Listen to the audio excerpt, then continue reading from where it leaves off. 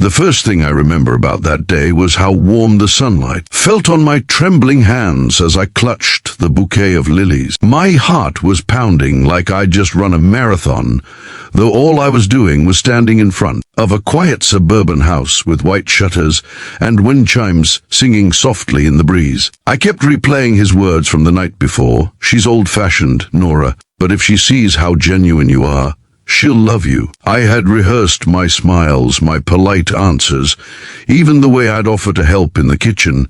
I thought I was just meeting his mom. I didn't know it would be the day my past came back to stare me in the face. If you believe in kindness, forgiveness, and second chances, pause for a moment and hit like, comment, share, and subscribe to Kindness Journal, because what happened inside that house changed everything I believed about love, pride, and the weight of hidden scars. The house smelled faintly of cinnamon and lemon polish when the door opened. Mrs. Landon, Michael's mother, stood there in a pale blue cardigan, her silver hair tied back neatly. Her eyes were sharp, but her smile was soft and polite. "You must be Nora," she said. "Come in, dear." I stepped over the threshold, clutching the lilies.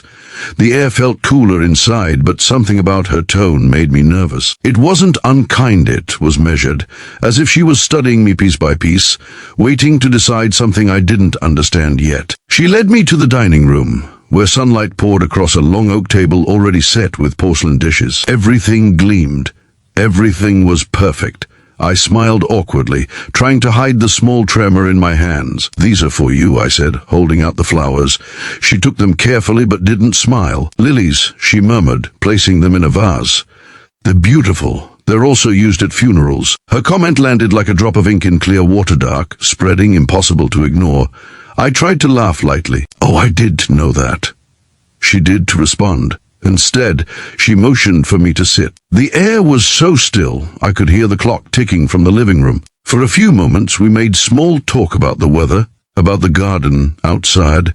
She asked about my work. I told her I was a nurse as assistant at the city hospital. She nodded but did to meet my eyes. Then, after a pause, she asked quietly, "And your last name Nora Walsh, is it?" "Yes," I said. "It was my mother's maiden name. I changed it legally a few years ago." Her hands froze around the cup of tea she was pouring. I watched the liquid overflow slightly before she set the pot down. "Changed it," she repeated softly. "From what?" The silence that followed was unbearable. I could hear the faint hum of the refrigerator, the chirp of a bird outside, my own pulse hammering in my ears. "From Keller," I said finally. "Nora Keller." She looked up slowly, her eyes sharp as glass. "Keller," she said. "As in David Keller?" My throat closed. I hadn't heard that name in years, not spoken out loud anyway. My father's name. The man who'd been sent to prison when I was 14. The man whose mistakes had destroyed families, including apparently hers. Before I could speak, Mrs. Landon's expression changed. Something raw flickered in her face, something like recognition mixed with fury. "You should leave," she said quietly, standing from her chair. "Now." I stood too, panic rising in my chest. "Ms. Landon, please, whatever you've heard about my father." Her voice was ice. "I don't have to hear anything. I lived it. Your father was the contractor who took our savings, who ruined my husband's business, and left us with nothing. Michael was 10 years old when his father died from the stress that man caused. And now you walk into my home pretending to be someone else." Her words hit like a physical blow. I tried to speak, but my lips trembled too hard. "I didn't know," I whispered. "I swear I didn't. I changed my name because I did to want to live under his shadow anymore. I've never hidden my past from Michael. I didn't to think it mattered anymore." Her face softened, but only slightly. "It always matters, Nora," she said. Then she turned away. I heard the faint click as she closed the door behind me. I walked down that quiet street in tears, clutching my purse like a life raft. The sunlight felt colder now. My heart ached with something more painful than shame. It was helplessness. For years, I had worked so hard to rebuild myself from the ashes of my father's mistakes, to be kind, patient, hardworking. I'd gone to school at night, volunteered at shelters, sent money to families my father had hurt. But in one afternoon, Everything collapsed again because of a name I could change in their memories. When Michael called that evening, I could even bring myself to answer. I just sat on the edge of my bed, staring at the bouquet of lilies I had somehow carried back with me. Their petals were still open, white and perfect, even though I felt ruined inside. The next few days passed in a haze. I threw myself into work, extra shifts, exhaustion, anything to stop thinking. But the ache stayed. I told myself I did, to need to explain that maybe it was better this way.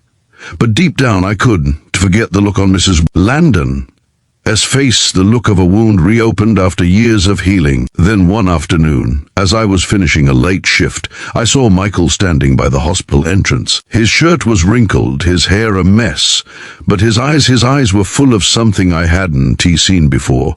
Sorrow, but not anger. "I know," he said quietly. She told me everything. I braced myself for rejection, but instead he stepped closer. "You should have told me, Nora, but I get why you did. You were not your father. I've always known that." Tears blurred my vision. "She hates me, Michael," I said. "And she has every reason to. How could I ever make her see me differently?" He took my hand gently. "You can't make her, but maybe she just needs to see who you really are." That night I couldn't sleep. His words echoed in my mind. Maybe she did need apologies. Maybe she needed proof. The next morning I did something bold. I went to the local community center, an old, worn-down place that offered free meals to low-income families, and volunteered to lead a renovation project. I used every contact I had from the hospital, asked for donations, and spent weekends painting, repairing, and organizing food drives. It was about proving anything. It was about giving back, quietly, steadily, the way my father never had. Weeks passed. Then one sunny afternoon, as we were finishing repainting the front hall, I turned and saw her, Mrs. Landon, standing in the doorway. She was holding a small box of canned goods. I froze. She did speak at first, just watched as I handed a meal to a young mother holding her child. Then she stepped forward, her voice soft.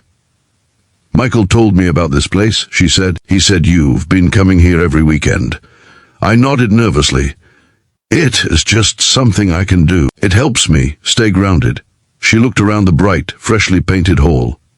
The children laughing in the corner, the smell of soup drifting from the kitchen. Then she looked back at me, her eyes misty. "My husband used to volunteer at a place like this," she whispered. "Before everything went wrong." I didn't know what to say, but then slowly she smiled, a real smile this time. "People can change, Nora." Maybe I needed to see that for myself. That afternoon she stayed to help serve lunch. We did talk about the past again, not directly. But when I handed her a plate, she placed her hand gently over mine, said, "Thank you." A few days later, she invited me to dinner again. I hesitated at first, remembering the last time I stood on her porch. But this time, when she opened the door, she greeted me with a warm hug. The same house that had once felt like a courtroom now felt like a home.